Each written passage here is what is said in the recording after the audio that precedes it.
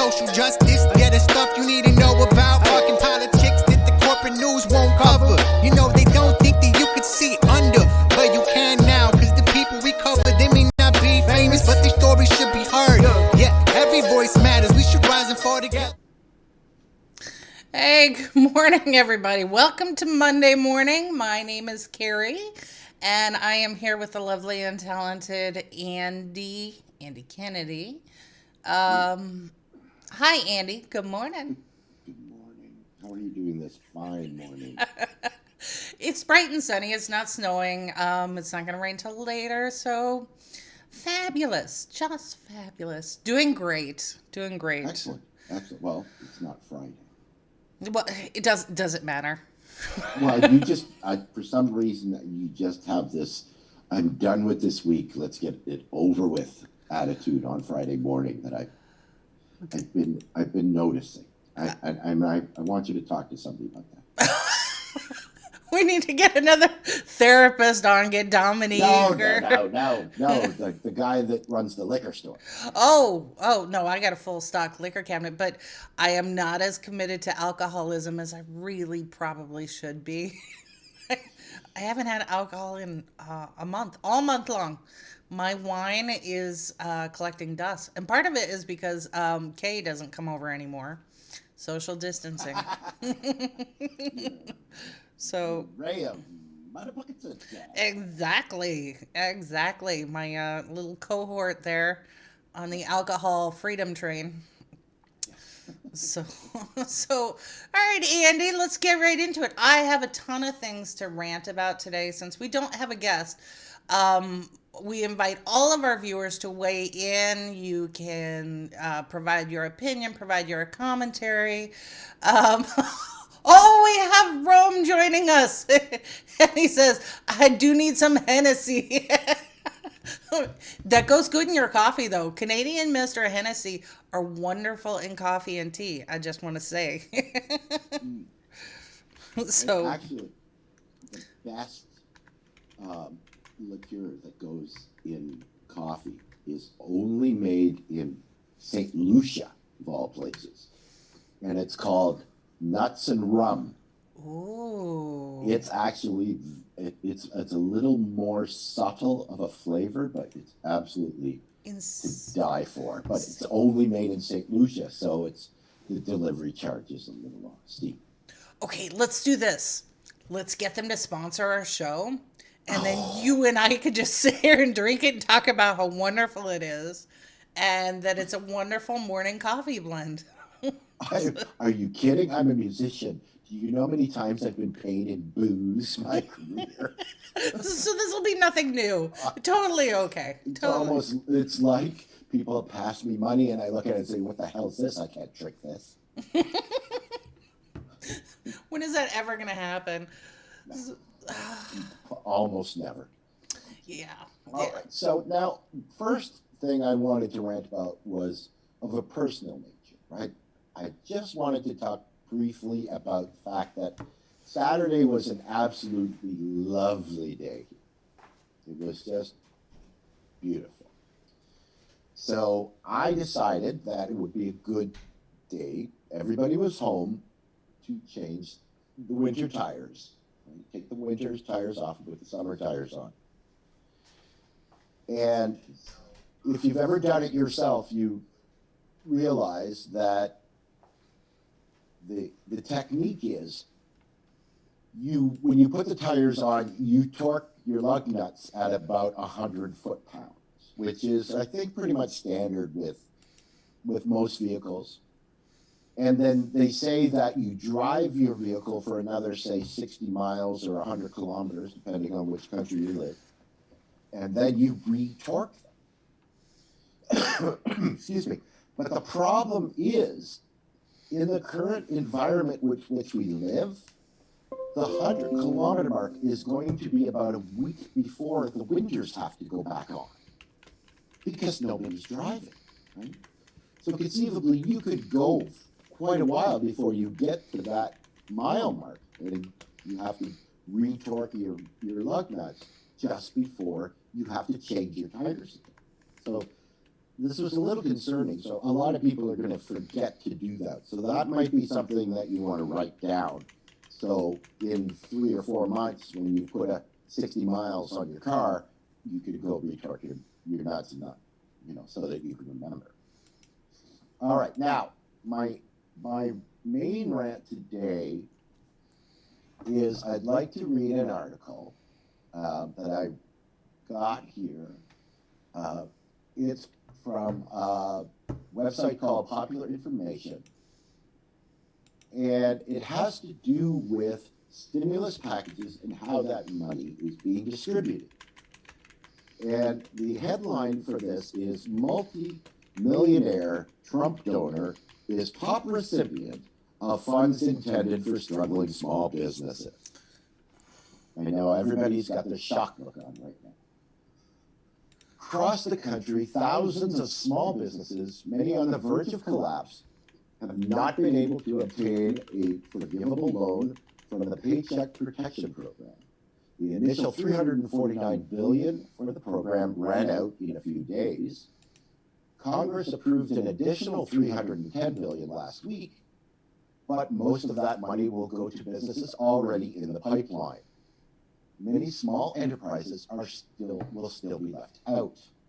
One person who isn't having trouble getting cash from the Paycheck Protection Program, Trump donor Monty Bennett, who is a multimillionaire. Bennett, like Trump, is in the hotel business. Bennett is the CEO of Ashford Inc., which makes money advising two related companies, Ashford Hospitality Trust and Braemar Hotels and Resorts, which own hotels. Bennett serves as chairman of the board of the two subsidiaries.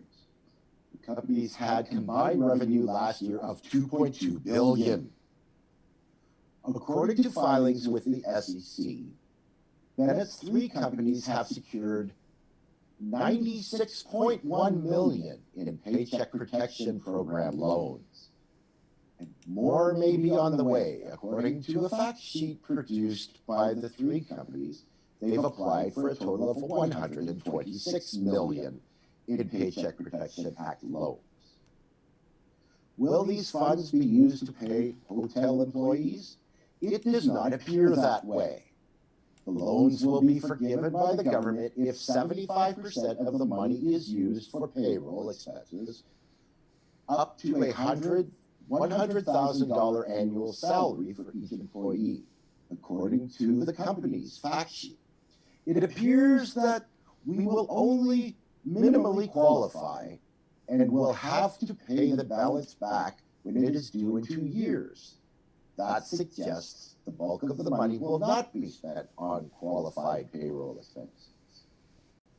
This seems to be a change from a couple of days ago when Bennett told the Wall Street Journal that 75% or more of the proceedings will be used to bring employees back to work, with the balance to be used to pay utilities, rent, and debt service to lenders. The companies have laid off or furloughed 95% of staff. Now, I'll stop here because the rest is basically just talking about numbers. But on top of all of this, not only is this about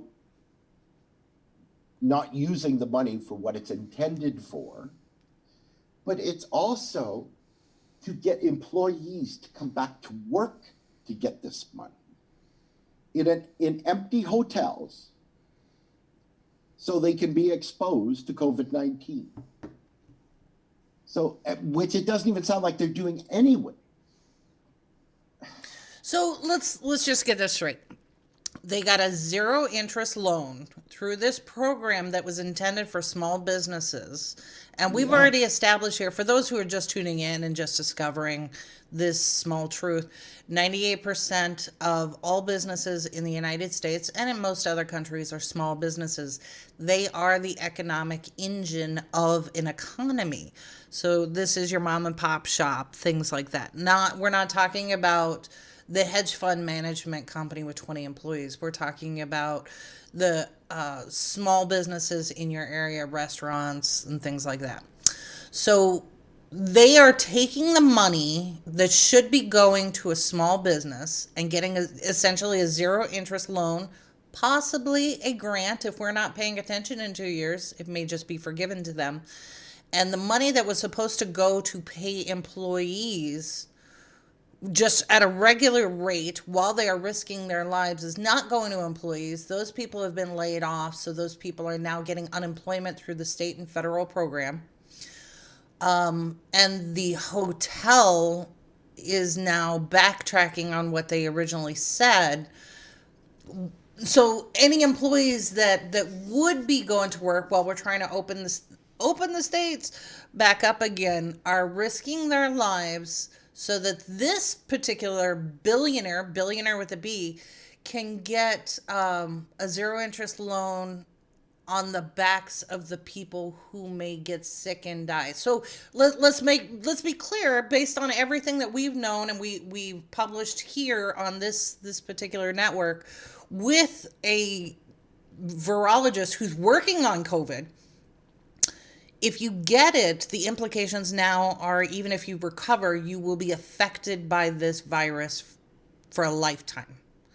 So this is the risk. Even if you don't die, you may have an issue for the rest of your life, just so a billionaire can get a $0 interest loan.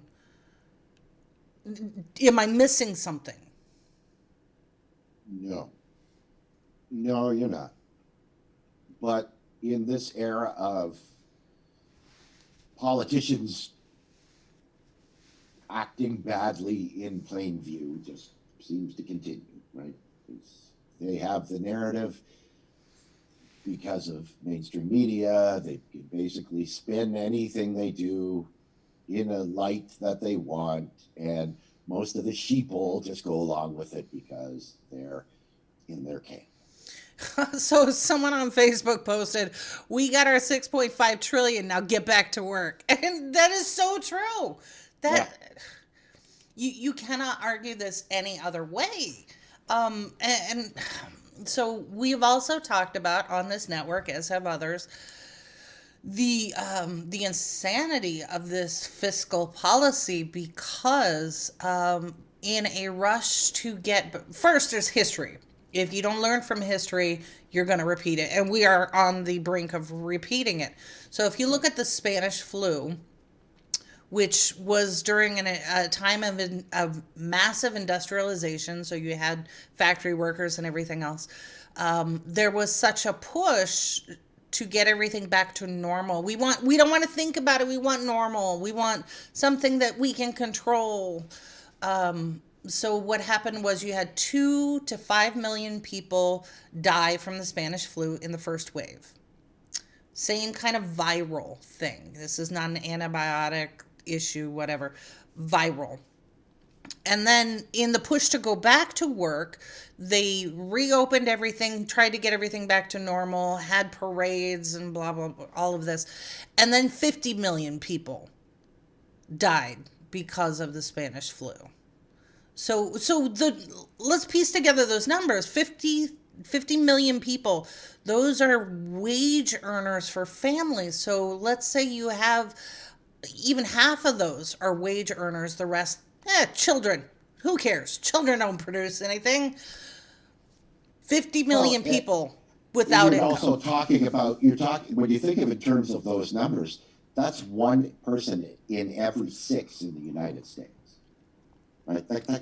That's an unbelievable number. Mm-hmm. And what I understand is the government at the time went with the idea that let's just infect everybody and get this herd immunity that we're talking about, right? So we're going to sacrifice, a certain portion of the population so the rest of us can live. Mm-hmm. Right? And that could be problematic. Who gets to decide? It's like those old stories of the lottery. I think, in fact, the story was called The Lottery, where everybody went in and put their chip in, and they decided because of their little overpopulation in their city or whatever, a certain number of people were going to die. So the story starts out where you think lottery is a good thing, and then when they draw your number, you're the one who's going to be killed. So this is kind of the same thing, and we're all just going along with it. Like, it's totally okay. And in fact, we had an issue here. Well, okay, so just like Michigan, where you have protesters and everything else going out and say, reopen, reopen. I think a large part of that comes from fear, because we have to admit, number one, our mortality. Two, that we just don't want to deal with this, and we think, or maybe it's a hoax, right? So we had here in my county this woman who is, she's a QAnon follower. For those, right. Well, her husband is our county clerk. So, and she runs a senior care facility, not a facility, but like managing employees who go into home health care. And she took her SUV into the public square and wrote messages about reopening and COVID's a hoax or whatever she put on it, but just she was protesting the lockdown and drove around the square. Well, she got a little bit of pushback from it because it's stupid and ridiculous, and she works in a field where those people are being wiped out in facilities. But then what was interesting to me, and I really want to post my local newspaper's comments, you see what we deal with here in Illinois. So when everyone thinks Illinois is a blue state, oh no, it's not. And I want you to see the comments and the commentary that these people will put on there. And these are my neighbors. The sweet little neighbor walking their dog or whatever. The vitriol that they post on a public chat is just insane. And then I want to highlight the ones that are elected officials or married to elected officials, just so you can see what we deal with. And this is Illinois. Imagine what it looks like in Arkansas and Alabama. Sure. Mississippi. Yeah. Yep, exactly. So this is kind of what we're dealing with. People don't understand, and you struggle with the compassion of it, right? They're setting up the perfect storm for this, right? Like what they've done is they've given crumbs to make it appear as if they're caring about it, right? Which, quite honestly, is horseshit. They haven't done anything to that. So what they're doing is just saying, okay, well, we've given enough to people. The vast majority of that money has gone to, rich corporations and businesses. There's a few bits and pieces for people that qualify. They've told the states, we're not going to bail you out because, well, first of all, you weren't nice to the president, right? But second of all, we don't want to, because we want people to get hungry enough that they're going to volunteer to go back to work, because clearly the market is more important than individual people. Right? Oh yeah, yeah. Right? So this whole thing is a total perfect storm for people protesting because they have to survive. Right? And the only way they know to survive, the only way they is to have a job. Right? In the United States, if you don't have a job, you're not feeding your family. You don't have health insurance. Any of this stuff is all gone. So how do you survive that? Like, you can't even deal with the pandemic because you can't afford to go to the hospital if you get sick. They've got you by the short and curlies, and they've taken away your options, and then they're going to say, okay, well, all these people are protesting. We got to do what the people want, so we better open up these states one at a time. Right, and for anyone who doubts, I would suggest go look at Puerto Rico. Just go out and do a search on what's going on in Puerto Rico right now. So this is an island It's part of the United States, for those of you who are unaware. It's an island that has been ravaged by two hurricanes, still has not recovered, except in the small northern portion where we manufacture some of our medical equipment. Those companies did get the electricity and water and things like that, but the rest of the island has not. They're not back to where they were, which was not great to begin with because we haven't invested, and we've oh boy, predatory lending off the wazoo in Puerto Rico. But now these people haven't even gotten their emergency checks. Not a So cent. yeah, not a cent. So go and look at what's happening in Puerto Rico, and I would suggest as you start reading this, if all of those people were not on the island, not the workers, because they have minimal value to, Baxter Healthcare and all of these other companies.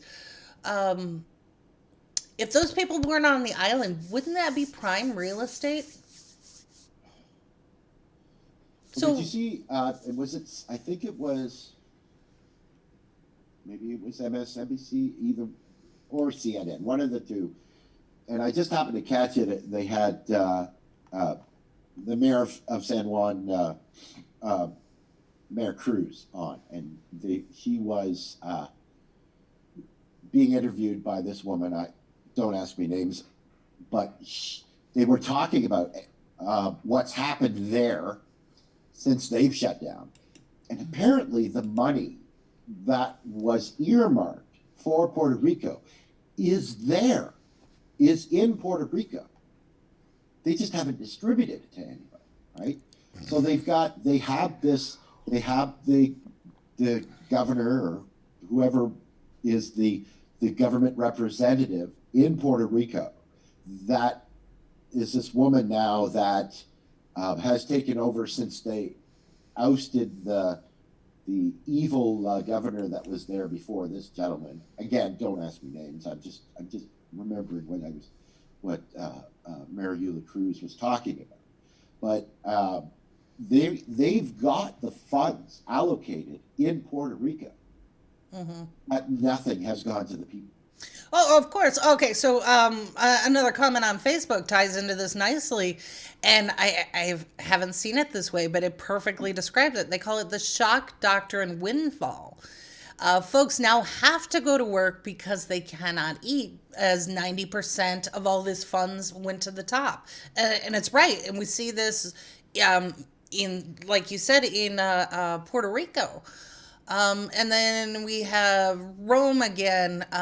He points out that Betsy DeVos was head of education, and it shows. So, yeah, so you've got all of these things in the perfect storm. And I want to be fair. We cannot point to the right alone. When I am so tired of being on the left and feeling like I'm standing by myself. It's just me and a bunch of other people who have no influence and no power, while the people who are in Congress are not resisting. They'll do it with a hashtag, and they'll put out this really nice message. But when it comes to fundamental work to be done, like this last emergency bill that went through, they caved complete. In fact, they didn't even show up except to vote for it. And this is what I have a problem with. So we look at AOC, who was one of the few who voted against it. Well, that's great. But here's what we know about how voting works in an elective body. They'll talk to each other and they'll trade votes. And so if we know that this bill is going to pass, and it's going to pass by a wide margin, then we'll pick out, okay, you people over here, to keep everybody quiet, you go ahead and vote no, and then you do your social media push and tell everybody why you voted no. And those are verbal and emotional crumbs that we give to the populace, so that we don't actually have guillotines and things like this start rolling out. That's how it works. So you have 5 people who go, well, I'm not going to vote for it. It doesn't make a damn bit of difference if those 5 didn't vote for it, if 430 did, right? Yeah. So, Yeah. And it just puts the spotlight on those 5. And the narrative is, we've just done another stimulus bill for the people. And these 5 people voted against it. They don't want you to get money. right. Well, that's how corporate media works. So, I want to pivot just a little bit on this message of corporate media, because I think that an interview came out that I want to compliment Jimmy Dore on this, but I don't know that it was Jimmy that actually made this happen. Jimmy Dore had Chris Hedges on, and it was one of the best segments I think I've seen on Jimmy's program ever. And I think it was due to some of the commentary that Chris Hedges was talking about. But Chris, for those of you who don't know, he used to write and work at Truthdig. This is where he got his salary and things like this. Obviously, he's getting some revenue sources from writing books, which he should, but his writing work at Truthdig, it was a steady paycheck. Truthdig was financed, it still is financed by a multimillionaire, a woman. So the problem that he ran into, and he talks about it in the Jimmy Dore program, is there was an editor who had said something that she didn't like. She was uncomfortable with it, uncomfortable with the pushback on Vote Blue no matter who, and then some work to unionize between the journalists, the writers, things like this. So He didn't call her Karen, did he? oh heavens no, this was far Thank worse. He was messing with her money. So needless to say, Chris Hedges is out. He's been let go. I don't know how many others have been let go, but he brought up the point about independent media. So he himself, and this is where Chris, I admire him greatly, and I think I agree with him on a lot of things, but I'm like, Chris, do you not know where you are? These are the fundamentals of warfare, right? If you want to silence somebody, you remove their supply chain, right? Or if you want to stop a surge in your military, you block their supply chain. So if I am funding you as a millionaire, all I have to do is interrupt your supply chain, i.e. your paycheck. And it's not the first time it happened. We've seen this many times. Here in Chicago, we had a WCPT, I'm calling it out, WCPT 820, who had billed themselves as progressive radio. And then we had a couple hosts who crossed the line and started talking about real issues. Next thing you know, they're out because Fred Eichner got mad. He's another, I think Fred is actually a billionaire. So then they fired those guys and changed it back to liberal radio. And then you see it again at Vox. Vox fired a bunch of journalists who tried to unionize. And we have some of our friends on the Audacity. Yeah, right. How dare you try to unionize? So we have some friends now in independent media who still publish on Vox, and so Status Quo, you know who you are.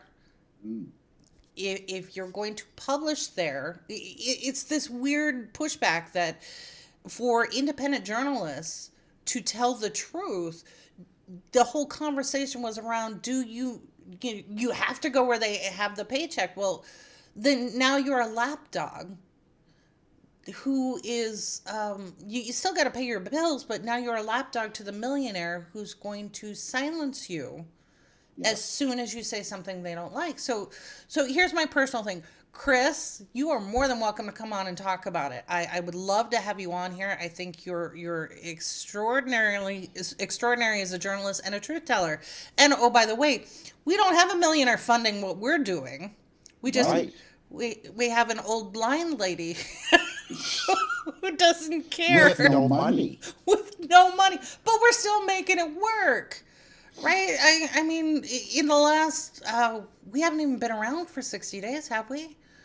But No. but But the one thing we do have is a freezer with ice cream in it, like Nancy Pelosi. no, we don't. No, we don't. Well, we're working for that. We're working up to that. That's our next level of involvement, is an ice cream freezer for all the employees to enjoy. Right, exactly.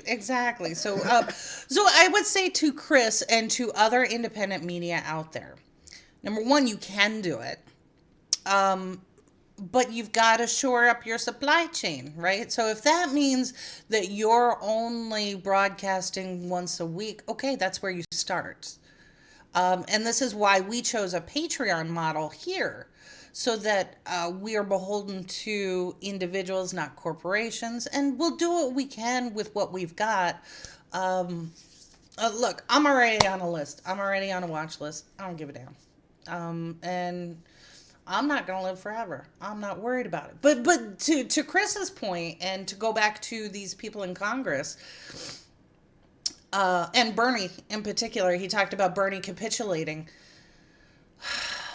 The problem that we have is the fear. The fear that is driving people now is the same fear that causes someone like Bernie Sanders to capitulate to power.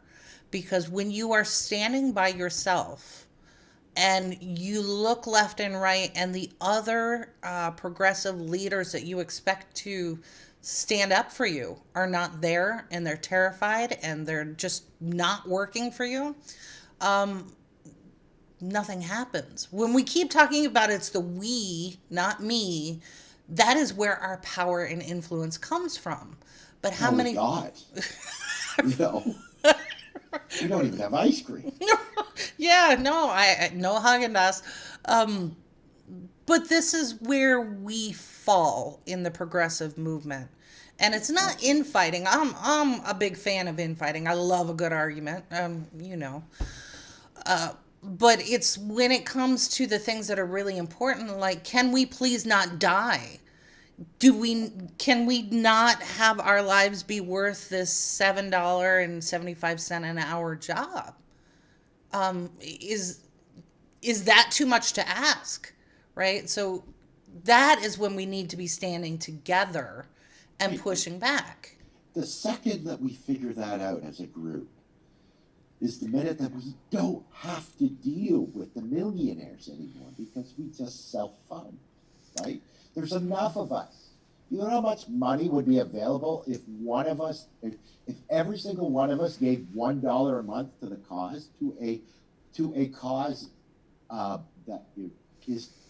that promotes everyone on this side, right? Like, we've got all of our progressives are all in the same boat, right? They're all traveling. They're all sitting in the same boat ready to row. But 3 or 4 of the rowers are standing up with their oars and hitting other rowers in the head with it. We can't seem to get out of each other's way, right? It's just ridiculous. If we kind of coalesced around the ideas that make us progressives and all pointed in the same direction, it's an unstoppable force. Well, that's exactly right. And I would challenge anybody. Okay, I have a limited income, extraordinarily limited income. Still able to finance a lot of what we're doing here, and I still am able to donate $3 to this media, $2 to that media, $1 to this other media. This is what we're talking about, and the power of us. We've already seen it in the Sanders campaign. And that is what terrified establishment, is that when we could put together and have something we could point to, millions upon millions of dollars all drawn from us in small little pieces. Wow, that's incredibly powerful. So I'm always amazed at the number of people who push back on corporate-owned media, but yet that's the first place they go. And that's the first place that they're going to get their subscription from. So what I loved about getting back to the Chris Hedges, Jimmy Dore interview is Jimmy actually pointed Chris Hedges to. He's like, stop going to get your salary from a millionaire who's gonna muzzle you. Here is the Patreon model, and Jimmy's doing great with it. And Jimmy can say whatever the hell he wants, whether you agree with it or not. And he doesn't give a damn whether you follow him or not. Whatever, he's just gonna speak his truth.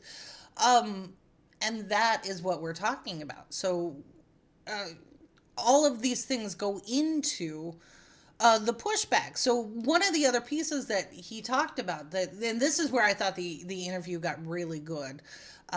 Chris was talking about his work in the prisons. He goes in to teach at the prisons. And he described some of the work that he was doing there, and he touched on the prison pipeline and for-profit prisons. And everybody, I don't care where you live, go look at your county budget. It should be online, or you can call your clerk or your treasurer. Go look at your county budget. I guarantee you, your sheriff's office, like mine, was making $14 million a year just being taxi service for ICE. And then on top of that, my county and my state is under a contract requiring that certain numbers of beds are full in the prisons. If they aren't, then my state has to pay the prison service for that. It's a fee, right? So with all of these things in place, and that we're not pushing back, and we are the only ones resisting, we are the ones who stop this at your local election, by pushing back and by working together on this, because you have, if COVID has shown you nothing else, all of these issues work together, right? So let me get this straight. That each one of these places could save $14 million by simply getting an ice machine. No, I'm talking about ICE for the deportation. So what? Yeah, not for drinks. Okay, right. All right. So they make fridges, right? You know. Yeah, and I do want to have a show dedicated to all of that, because when people understand that, on the one hand, we're like, oh, immigrants, we hate them, do it legally. But no, there's a cost to this that I am paying in my county twice. And I want to show people the economics of what this policy looks like. So somebody always pays. And if it's not the federal or the state, it's you.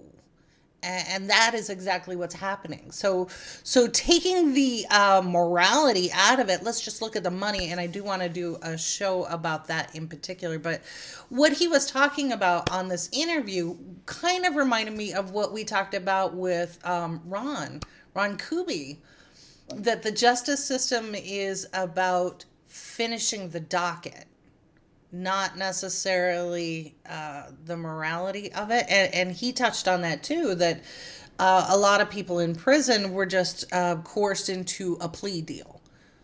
And then the problem is our sentencing now is 2 to 3 times what it was before, thanks to Biden and Democrats working with Republicans to keep more people in prison. Apparently, the motto of the American justice system is because lunch reservations matter. Oh, this is interesting. Somebody is, we'll check into that. They said Tyson is claiming food shortages are nearing.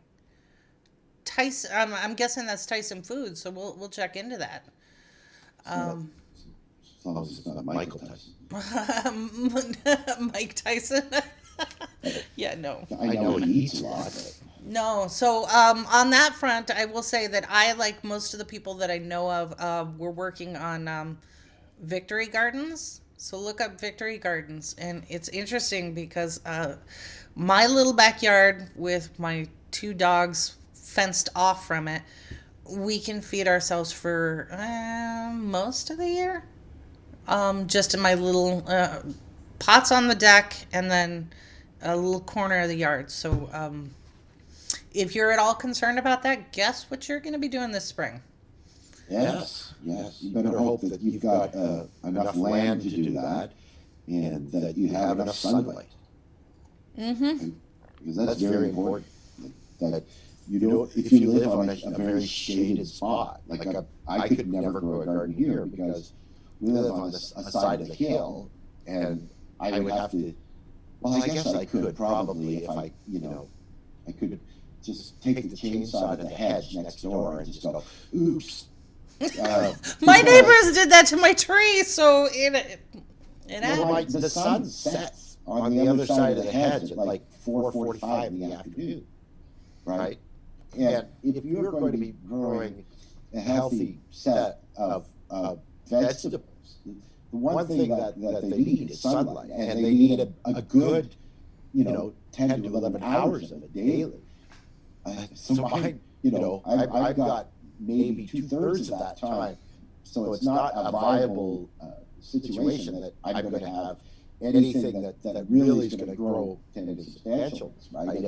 It's not really worth the effort because it's not going to bear that much fruit. Can you grow in the front yard, or is that shady too?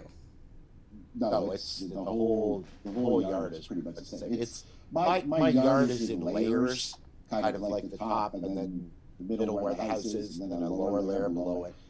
I'm quite literally on the side of the hill, and so the down portion faces east. So I got lots of morning sun, but as soon as it gets hot in the afternoon, it disappears behind this hedge, and so it just doesn't work out. Okay. It's just the lay of the land. Yeah, and I personally have always hated grass. I think it's such a waste of space. So this year I have personally started getting rid of the grass. I let the grass die, and now I'm putting. My neighbors hate me, but it's funny because they all use the lawn treatment services. And they don't get bees and butterflies and lightning bugs, but we do because we don't use any of that. Right. So we're all kind of gathered on your property, right, huddled in the garden. So what I did this year was it's really super cheap. Clover and other ground cover, it's still green, but you don't have to water it and you don't have to mow it, and it's just there. So. Right. So and maybe we'll get bunnies or whatever else, which the dogs will love. But yeah. I can see Finn just losing his mind now. Okay, so people are saying that you should get mirrors and reflect the sun. Do the Egyptian method of getting the sunlight, or get the shady vegetables. You know what works well in shade? The squishes. All the spaghetti squish and all of that sort of thing. Do those. They don't need a whole lot of sun. They just, it's there. And speaking of somebody who is so pale white, there's UV rays out there even when it's shady. So I will get a sunburn in your backyard. No guarantee, just it won't happen. So maybe, but yeah, these are things that I think are going to make the existing class warfare, it's going to put it out there so that it is undeniable, so that everybody sees it. Because for years, people have been talking about it in our policy and our elections and everything. And now it's just, it's not so much that they're not trying to hide it anymore. It's just there's nowhere to hide. So we're seeing this, right? So for anybody who's been poor or homeless or whatever, we all know, go get you some dried beans and some bags of rice, and those are super cheap. And so we've already been buying those things in anticipation of what we know is coming. Right. And I think that it depends obviously where you are, right? Like if you're in a population center, right, you're going to have more issues because there's just that many more people to feed. Mm-hmm. Where I live, we're talking about a country that's slightly bigger than the U.S. with 1/10 of the population. With the border shut down, our beef farmers and our any of the things that we grow are basically just going to be going to Canadians, right? So, we're conceivably not going to have that issue. Where it might change is when you go into the grocery store, you may not see all of your choice select cuts of meat all nicely trimmed and packaged, right? You may be going more to a local farmer and ordering like a side, or going to the grocery store and purchasing a dead chicken, right? So that might be the issue. There's going to be enough food to feed everybody, but it may not be as nicely packaged as we're used to, right? To take away the actual thought that these were at one time, live animals. Oh, very true. And it reminds me of my son, teaching him to cook. We had to go through a moment where he was like, "Oh, I don't want to touch it. I don't want to touch raw meat. I don't want."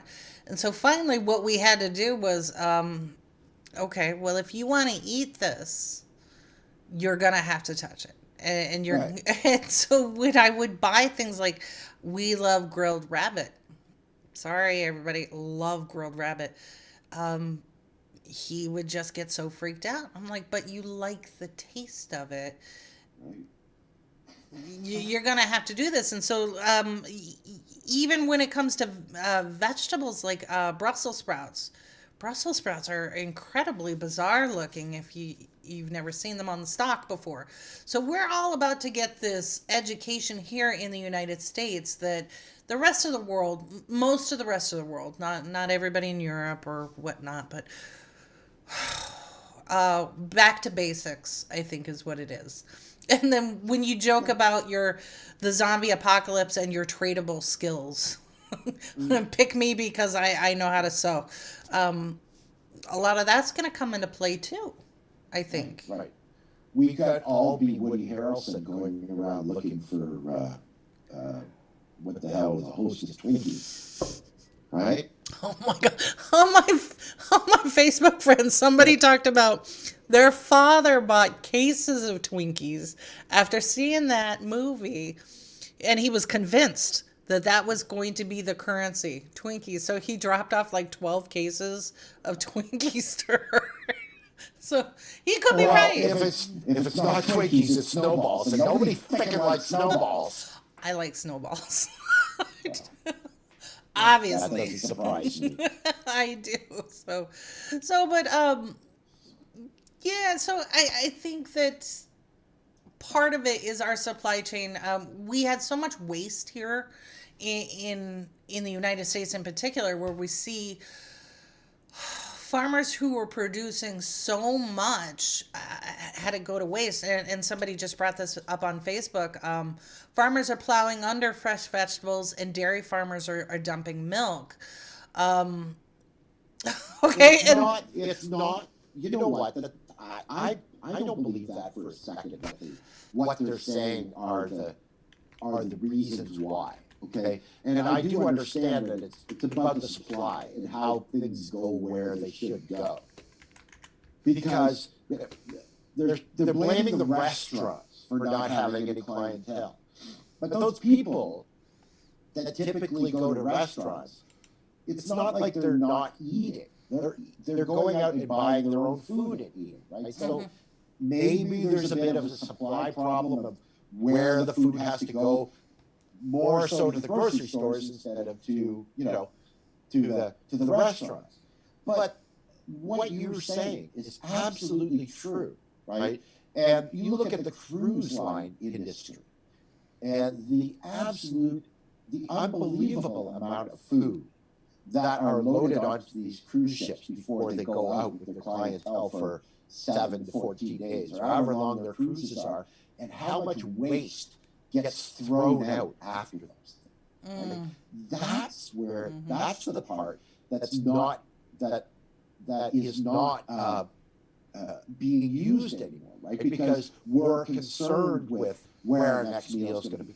So right off the bat, you're actually eating your leftovers that are in the refrigerator, right? So people are just being more prudent with the food that they buy.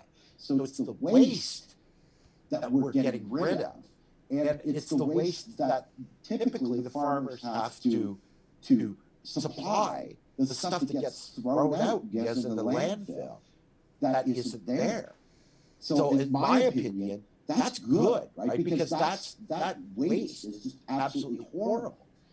So we have to, unfortunately, it's the farming industry that has to suffer for this. But it's something that we need to change as a society, right? In order to, move towards a green new future, not be such a wasteful species. Oh, you're absolutely right, and it's your allergies are playing havoc. Welcome to spring. Yeah.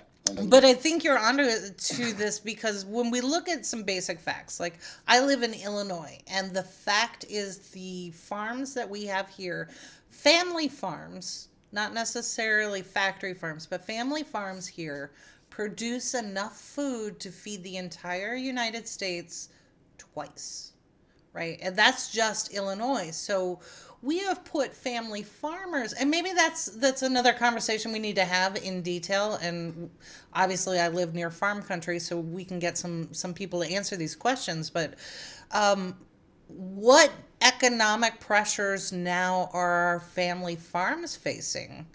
Because they were driving towards an export model. Like a lot of our exports were going to China and things like that. And the cost of running their farm depended upon those sales. So you have the seed companies and all of these other companies who were charging family farmers X, Y, and Z. So it's a multi-million-dollar business to run a family farm, but it costs multi-millions of dollars to run the farm. So every year they were just barely in the black because of this business model. But now if we shift back to local supply, like Aldi is famous for getting most of their food locally when possible. So if we're going back to a local supply and I can go down the street to the family farm and split a hog with 4 or 5 other families, that's sustainable for me. Is it sustainable for the farm? Right? So these are kind of questions that we need to answer, but we used to do it. What worked, what didn't work, and how can we do it better now to protect family farmers and make sure that we don't have shortages? Yes, exactly. The other thing is that we have to understand that that's absolutely the way that we need to trend, right? These huge corporations that that get their food from halfway around the world, that are laced with preservatives and other things that are so horrible for human beings, right? That's so much better to eat locally grown food and that stuff that's fresh in the market. It's just so much better for human beings just to eat that, right? It's healthier.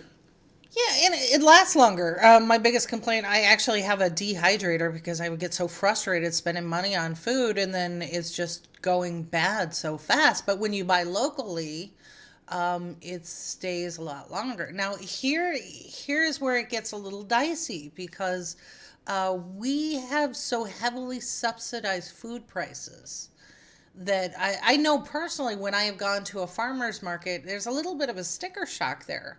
Because I'm like, well, I can go to Aldi and purchase this same thing for $2 less.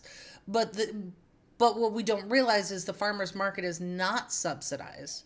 Whereas the food that Aldi's buying, or I don't want to pick on Aldi, but the grocery store's buying, they're buying in bulk for distribution in a wide network. So they're going to get a better price. So we do have a little bit of purchasing power that is going to be something to wrestle with, I think. Yes. We need to level the playing field, obviously, right? We've got the Walmarts and the Amazons of the world that just have these unbelievable supplies that just allow them to totally undercut everybody, right? It's just because of the nature of the businesses and their overhead costs differentials are just destroying the market for everyone, right? And so what we have to do is we have to go back to the way things were, right? We have to go back to people ordering, even, and if you want to shop online, there's certainly no reason why you can't shop online locally, right? That's Through a true. That's delivery true. service. So this entire program has inadvertently been about supply chain, and we use so many different examples, from Chris Hedges losing his supply chain from his millionaire boss, to the prison industrial complex, where the supply chain is people and the cost of people, to state budgets, the what I don't want to call it the bailout checks, but the emergency funding, the CARES program, all of this is supply chain. Now we've come to food. So to my overarching point, Chris Hedges, tell me if I'm wrong. Wars are won and lost by supply chain. So Every time. yeah. So if you're not shoring up your supply chain, you're going to have a problem, and you're going to be at risk from someone else who wants to disrupt that supply chain. So you're either going to have to toe the line or work on your supply chain. And one anecdotal thing that I'd like to say at the end of this, and I think that this is my favorite part of all of this conversation as far as supply chain during a pandemic, has been that the last 4 or 5 years, a lot of the talk that has separated the left and the right, especially in the United States, with illegal immigrants. Right? And of course, we should never refer to a person as being illegal just because they exist. But these immigrants that are primarily responsible for harvesting the food in the United States that needs to go to people. So all of these people that the Trump White House and the right want to ship out of the country are in fact essential workers. Funny how that works, isn't it? I mean, and we've seen this throughout history with every time you have a wave of immigrants in this country. First, the immigrant laws themselves, we misrepresent what they truly are. So people think that somebody who's coming here looking for asylum is breaking the law. Well, they're not. They're following the law, and we need to learn our own laws so we understand the difference. And then the migrant workers, most of them come here on visas. We send the visas down to Mexico, and we talked about this about a month ago, that we were giving them visas to work here. Some of them obviously overstay visas or don't come with visas, but you're right. Without these people, who's going to do it? Fat, lazy Americans? Nah. Not likely. Nah, we're not. No. We'll get the robots to do it, and I'll collect UBIs. Right? The robots are coming. Right, so we need Elon Musk and Yang to go ahead with those robots and get that done for us. So Yeah. that would be great. Speaking of, next time. Elon did his 5G satellites. Did you see the video? No, I didn't. Oh, it was some Skynet shit. So you could see him moving his satellite. So there was a ring around, I don't know if it was the entire globe, but you could see these really bright lights, the sunlight reflecting off the satellite. So it looked like a line of stars in the sky, and there was him moving his satellites into position. I'm like, that's some Skynet shit. That's awesome. You know what that means, right? Somewhere in America, there's going to be a house where they get a visitor, and that will be Arnold Schwarzenegger in a mask. Give me your clothes. We're gonna see TikTok videos about that. So, Okay, before we wrap up, we're now at the top of the hour. Andy, we have the most exciting guest coming on Wednesday. Yes, we do. Okay. I am so thrilled that this guest of ours is going to be here with us to impart her wonderful economy of wisdom. It is absolutely limitless. Understatement. Understatement. I saw her speak. There were so many panels at the MMT conference in New York in September. Hers, I remember. She sat up there with Matt Forstater, and I don't even remember who else, because I was just, it's a girl crush. I don't know how else to describe it, because when she spoke, there was so much truth and fire behind it. Yes. It's just amazing. Do you want to tell everybody who it is, or are we going to keep them guessing? Well, it's actually Professor Lua Ewell, and she is a professor at University of Kansas, and she is a proponent of MMT, and she is actually took this professorship after working for some pretty high-powered law firms in the city of New York. So this woman is just, as I like to say in my funny way, the epitome of intelligence. And she's just an absolute joy and lovely speaker. And I explained the last time that we were involved in a project with her that there are teachers that, there are two types of teachers. There's teachers that get into teaching because they want to learn how to become teachers. And there are teachers that are already teachers that just shouldn't. And she is obviously the latter, just this wonderful speaker. And the concept and ideas that she shares are always very eye-opening and light bulb moments. At least 2 or 3 every time I've heard her speak. And it's just a joy to have her around. And she is going to be our guest on Wednesday. I'm so excited, and you're right, because her expertise in specific subjects, you talk about threading that needle seamlessly, so she can show how this ties to this, and she had she sent a tweet last week that I was just, it was a simple tweet, but she was talking about, hey, professors, just because you've moved your classes online doesn't mean your students can participate. And she started to break down the social constructs and the constraints that people are going through. So, yeah, just because you offer this out there doesn't mean everybody can reach it. And I was like, oh, God, she's just so simple. And if you pay attention and just stop for a moment, breathe, and think about it, you're like, whoo. So I'm excited. I'm just gonna sit here and just the whole time, Yes, just let her speak. So 9 o'clock Eastern, right? 8 o'clock Central. Wednesday morning. I'll probably be on the call, at 3 in the morning waiting. Right? Just we're like camped out like a Black Friday sale. Just yes. Christmas morning waiting for your parents to allow you to leave your bedroom.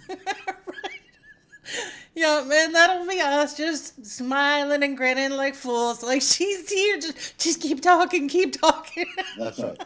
So, yeah, it's so exciting. So, for those of you who are up early this morning or at noon watching this later, you gotta watch Wednesday. This is it. I'm so thrilled. Yes. So, anyway, on that note, I got nothing else other than, hey, Mr. Hedges, Chris Hedges, you can come right for us. We will be happy to give you your own platform. We will be more than happy to help you with your book sales or whatever else. But I guarantee you on this platform, you're not going to be dismissed because of something you say.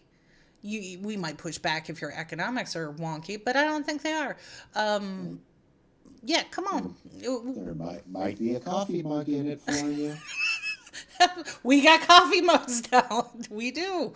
So Pretty exciting ones. there's that.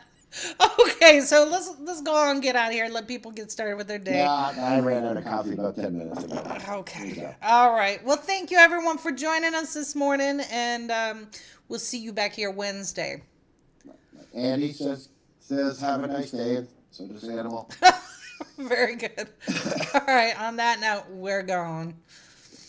This is Progressive Insider. Yeah. Progressive Insider, you know they wiser. Ooh, this that new media company covering everything. I'm talking that news you ain't heard of, cause you know it's getting buried.